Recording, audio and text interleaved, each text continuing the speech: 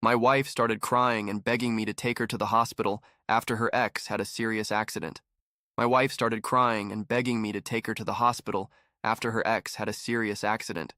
Please, she sobbed. I need to be there. I still love him. I remained silent. I took her. I watched her run toward him without looking back. That night, I packed my bags. She came home to an empty apartment. A note that said, "Don't worry. He can be with you now." And now she's bombarding my phone. I wasn't serious. Please come back. Me, a 34-year-old man, met Sarah, a 31-year-old woman, at a friend's birthday party 5 years ago.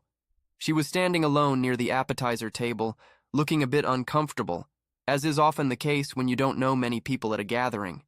I offered her a beer and a terrible joke about the suspicious-looking sauce, and the way she laughed made something in my chest tremble. We talked for hours that night, and I managed to get her number before leaving. Our relationship progressed quickly after that. We had amazing chemistry. We finished each other's sentences, shared the same obscure interests, all the usual cliché. At 3 months, we were practically living together.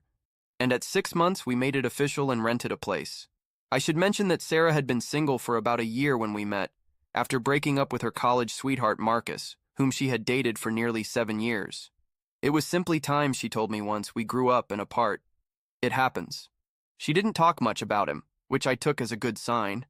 There were no photos of him among her things or mementos that I could see. The few times his name came up in conversation, she spoke of him in a neutral way, like one would talk about a former coworker for whom you don't feel anything special. I never worried that he was the one who got away, or anything like that. 2 years into our relationship, I proposed to her. We got married 6 months later in a small ceremony with close friends and family. My parents adored her. Her parents seemed to like me enough, and our circle of friends blended perfectly. We settled into married life with an ease that made me feel like the luckiest man in the world. Looking back, I can see the warning signs, though at the time I was too blinded by love to notice them. About a year into our marriage, Sarah started acting a bit strangely. Whenever we would run into mutual acquaintances who knew both her and Marcus, there was a tension in her shoulders, a forced smile. I attributed it to the discomfort anyone might feel talking about an ex. Then, last Christmas, Jen, a college friend of Sarah's, came to visit us. After a few glasses of wine, Jen started reminiscing about the good old days, and Marcus's name came up several times. I noticed how Sarah seemed to cling to every mention of him, asking questions with an intensity that seemed strange to me. "How is he doing these days?" Sarah asked, trying to appear casual. "Oh, he's doing really well," Jen replied. "He got that promotion at the architecture firm, bought that dream lakeside house he always talked about. Single, by the way, no one's topped you, I guess." She stopped abruptly, looking at me with embarrassment. Sarah quickly changed the subject, but later that evening, I caught her checking Marcus's Instagram. She quickly switched apps when she noticed I was watching. "Just curious," she said with a little laugh. "I wanted to see if he still had that horrible goatee."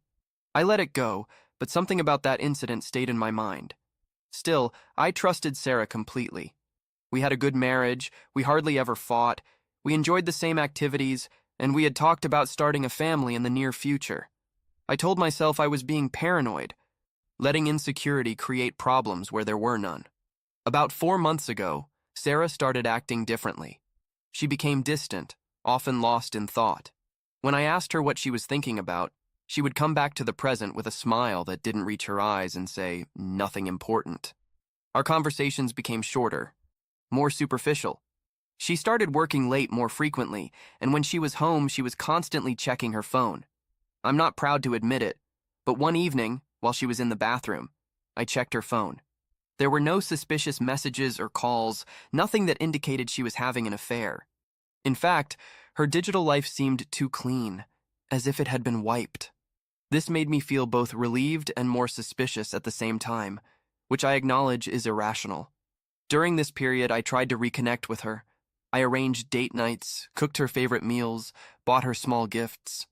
Sometimes I would glimpse the Sarah of before. She would laugh at my jokes or cuddle up against me on the couch while we watched a movie. But these moments didn't last. Eventually, she would go back to withdrawing into herself, as if she was constantly distracted by something she couldn't share with me. One evening, over dinner, I finally confronted her. "Sarah, what's going on? And please don't say nothing. I know something's bothering you."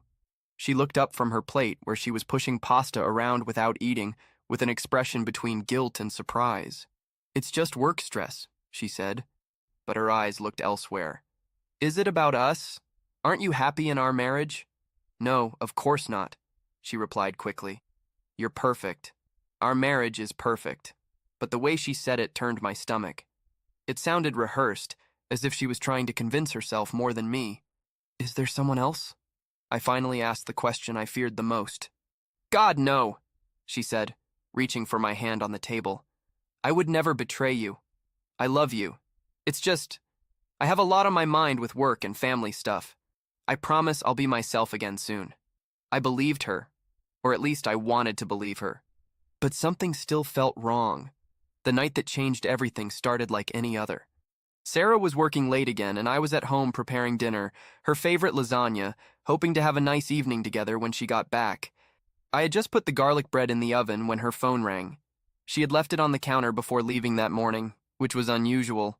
Sarah usually carried her phone as if it were an extension of her hand. I looked at the screen and saw it was Jen calling. I answered, thinking it might be important. "Hello, Sarah's phone," I said. There was a pause on the other end. "Oh, hi, it's Jen. Is Sarah there?" "She's at work. Do you want her to call you back later?" Another pause. "Actually, I thought she was with you. We were supposed to meet for coffee 2 hours ago, but she never showed up. I've called and messaged." My hand tightened around the phone. "She told me she'd be working late tonight." "Oh." Jen's voice sounded small. Maybe I got the day wrong, but by her tone, I knew that wasn't the case. After hanging up, I stood in the kitchen for a long time, staring into space. Why would Sarah lie about working late? If she wasn't at work or with Jen, where was she? I tried calling her, but went straight to voicemail. I sent a message asking her to call me, trying to sound casual. Then I sat at the dining table, with the lasagna cooling and forgotten, and waited. She came home around 9 p.m. with her hair disheveled and looking tired. Her eyes opened a bit wider when she saw me sitting at the table in the dark. "Why are you sitting in the dark?" she asked, turning on the light. "Where were you, Sarah?" Her movement stopped. "At work, like I told you this morning. Jen called your phone earlier. She said you were supposed to meet for coffee, but you never showed up." Sarah's face went through several rapid expressions. Surprise, guilt, calculation, then forced calm. "I completely forgot about coffee with Jen. Work has been so busy that it slipped my mind." "Should I call her to apologize?" "So you were at work?" I insisted. "Yes, of course. Where else would I be?" I wanted to believe her, but something about her demeanor seemed off. She was too calm, her smile too fixed. "I don't know, Sarah. That's what I'm trying to figure out." She came over, wrapped her arms around my neck, and kissed me on the forehead. "You're being silly. I was at work. I forgot the appointment with Jen. End of story. Now I smell lasagna." I let it go that night, but the seed of doubt was already planted. The next morning, I did something I'm not proud of. I called her office and asked to speak with her. The receptionist told me that Sarah had left early the day before, around 3:00 p.m. for a personal matter. I didn't confront her immediately. Instead, I started paying more attention to her habits, her excuses, her increasingly elaborate explanations of her whereabouts. The woman I had trusted completely was now a mystery to me, and it was destroying me. It was on a Tuesday that everything came to a head. I was working from home, finishing some reports when Sarah called me around 2:00 p.m. with a trembling voice. "Marcus had an accident," she said without preamble. "Is it serious?" "Very serious. Can you take me to Memorial Hospital?" I felt like I had been punched in the stomach. Marcus, her ex from years ago. Why was she so affected by him, and how did she know about the accident? "How did you find out?" I asked, trying to keep my voice calm. "Jen called me," she said quickly. "Please, can you come get me? I'm at the office." I agreed, my mind racing as I drove to her work. When I picked her up, she was a mess. Mascara smeared, hands shaking as she fastened her seatbelt. "What happened to him?" I asked as I started driving. "Car accident," she said between sobs. "He was on his way to meet a client. A truck ran a red light. It hit him on the driver's side. He's in surgery now." I glanced at her out of the corner of my eye. "Jen told you all this?" "Yes, she's friends with his sister. Please, drive faster," The hospital was on the other side of town, and the ride was painfully silent, except for Sarah's occasional sobs. I tried to make sense of what was happening. Why was my wife so upset about her ex-boyfriend's accident? Friend or not, her reaction seemed over the top. As we pulled into the hospital parking lot, I turned to her. Sarah, why is this affecting you so much? I know it's terrible what happened to Marcus, but… She looked at me with red eyes. Please, she sobbed. I need to be there. I still love him. The world seemed to stop. I felt like I was watching the scene from outside my body. My wife, the person I had planned to spend the rest of my life with, had just admitted that she loved another man, her ex, in the most casual and thoughtless way possible. I remained silent, unable to articulate a word. I drove her to the entrance. I watched her run into the building without even looking back. She didn't thank me. She didn't ask if I was coming in. She didn't acknowledge the bomb she had just dropped on our marriage. At that moment, I ceased to exist for her. I sat in the parking lot for what felt like hours, staring at the hospital entrance.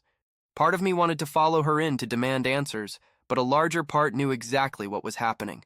The pieces were falling into place. Her distant behavior, the canceled coffee with Jen, the late nights at work.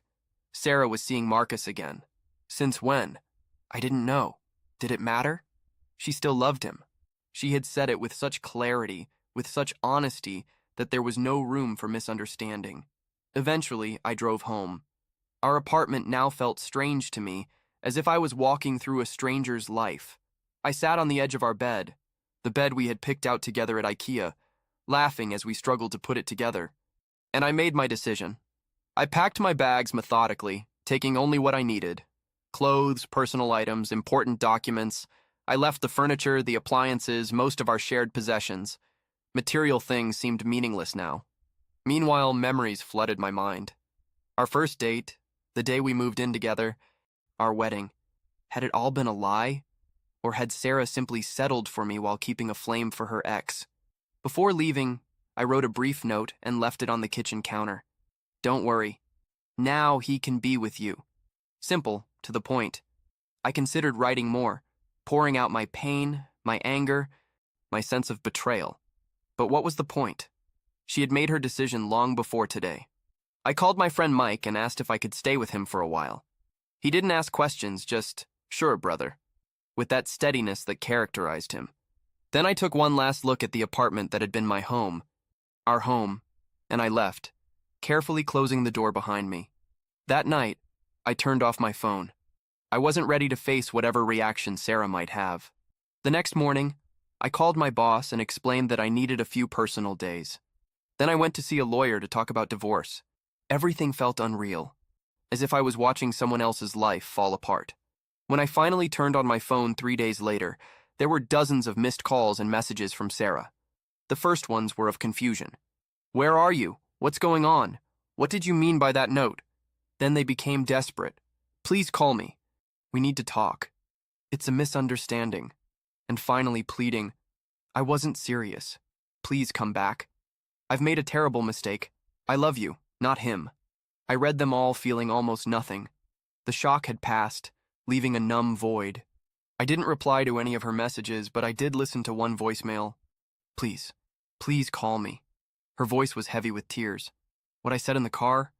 I wasn't thinking clearly. I was only concerned about him as a friend. That's all. I don't love him. I love you. Please come home so we can talk. I'm sorry. Too little, too late. The truth had come out in a moment of emotional honesty, and no attempt to retract it could undo that. Mike let me stay at his place for 2 weeks while I found a small apartment on the other side of town. I threw myself into work, started going to the gym more often. I reconnected with friends I had neglected. On the surface, I seemed to be handling things well. Inside, it was chaos of confusion, anger, and pain. Sarah continued to call and text. She even came to my office once, but I refused to see her. She sent emails explaining that she was confused, that seeing Marcus injured had awakened past feelings that weren't real, that our marriage was what mattered to her. Each explanation felt like another betrayal, another lie. Through mutual friends, I learned that Marcus's injuries were serious, but not life-threatening. A broken leg, internal bleeding, a concussion. But he was expected to make a full recovery. I also learned that Sarah was visiting him at the hospital every day, spending hours with him. I was only concerned about him as a friend. My thought was ironic. 1 month after I left, Lily, Sarah's younger sister, contacted me. We had always had a good relationship, so I agreed to meet her for coffee. She's devastated, Lily told me, absently stirring her coffee. She knows she made a terrible mistake in saying she loves him or in seeing him behind my back. Who knows for how long? I asked, unable to hide the resentment in my voice. Lily's eyes widened. What? No, she wasn't seeing him before the accident. Not like that. I raised an eyebrow skeptically. Seriously? She insisted. Listen, I'm not defending what she said to you.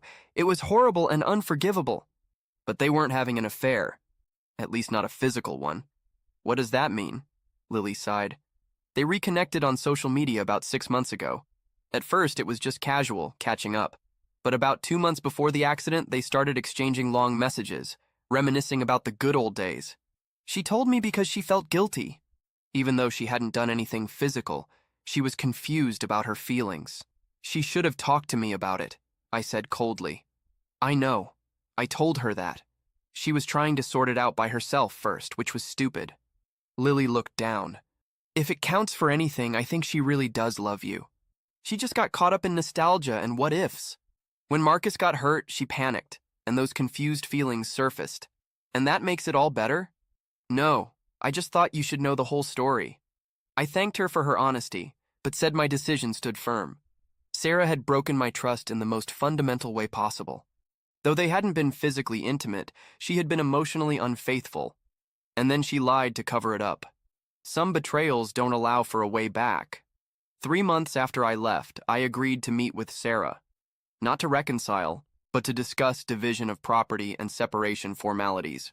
We met at a neutral cafe, and seeing her affected me more than I had anticipated. She looked thinner, pale, with dark circles under her eyes. For a moment I felt a flash of concern, but I pushed it aside. Thank you for meeting me, she said softly when I sat across from her. I nodded, keeping a neutral expression. I thought it was time to discuss practical matters. Is that all you want to discuss? A glimmer of hope shone in her eyes. Yes, I kept my voice firm. I've initiated divorce proceedings. My lawyer will contact yours. Her face crumbled. Please don't do this. We can get through this. I made a terrible mistake, but I love you. And you're my wife, who told me she loves another man. I replied coldly. A man you were apparently in contact with for months without telling me. She paled. Lily told you? Yes, though I appreciate her honesty, unlike yours. I should have told you when Marcus contacted me. I know that now, but nothing physical happened between us. I swear. We were just talking, catching up. Emotional affairs are still affairs, Sarah. She tried to take my hand on the table, but I pulled it away. It wasn't even an emotional affair. Not really, I was confused. Yes, his messages stirred up old memories, and I got caught up in nostalgia. But I love you. What I said in the car that day, I was emotional. I wasn't thinking clearly. Those words don't reflect what I truly feel. Then why were you visiting him at the hospital every day? I asked. She seemed surprised that I knew. Because I felt responsible in a way. Like the accident happened just as all this drama was unfolding, and I needed to make sure he was okay before rebuilding our marriage.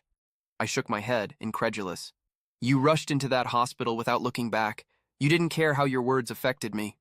In that moment, I saw clearly where I stood in your priorities. That's not fair, she protested. I was in shock.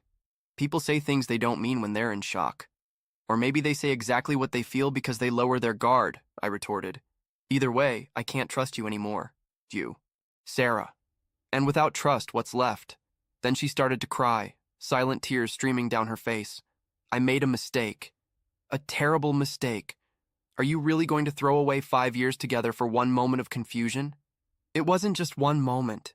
It was months of lies by omission, of pulling away from me, of making me feel like I was crazy for noticing something was wrong.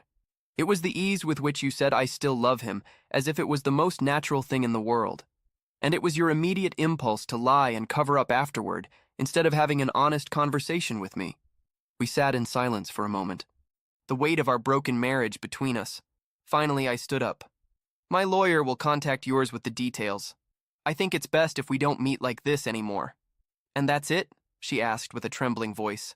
"You're not even willing to try to forgive me?" I considered her question carefully.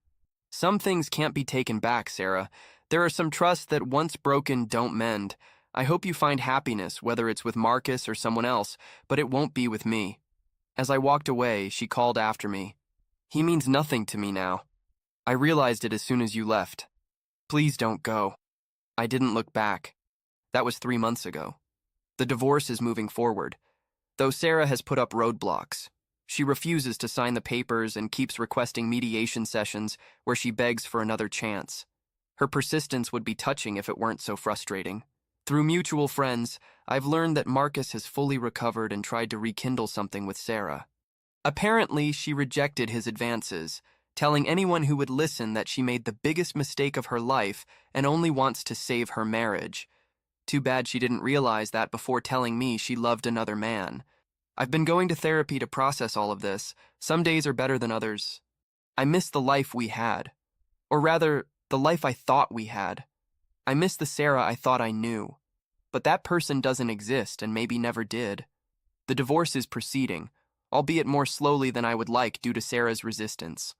Last week, I received a handwritten letter from her, not a message or an email. In it, she detailed every moment of her reconnection with Marcus, from the first innocent message to the gradual increase in their communication. She admitted feeling flattered by his attention, enjoying the nostalgia of their conversations, and being confused about her feelings. She talked about the day of the accident, how Marcus's sister called her and she panicked, and how, in that moment of fear and confusion, old feelings resurfaced. She acknowledged that what she said to me was unforgivable, but insisted it came from temporary madness, not genuine emotion. The letter ended with, "I understand now what I couldn't see then." Marcus represented my past, a simpler time before adult responsibilities. I wasn't in love with him, but with the memory of who I was when we were together. But you are my true love, my present, my future. I was a fool to risk you for a ghost. I will spend the rest of my life regretting the pain I caused you, even if you don't give me another chance. But I hope with all my heart that you will. It was well written, seemed sincere, and perhaps contained a grain of truth. But as I folded it and put it away, I knew my decision hadn't changed. Some bells cannot be unrung. Some words cannot be retracted. Some trusts, once destroyed, cannot be rebuilt without leaving cracks. Sarah still calls sometimes. She still sends messages.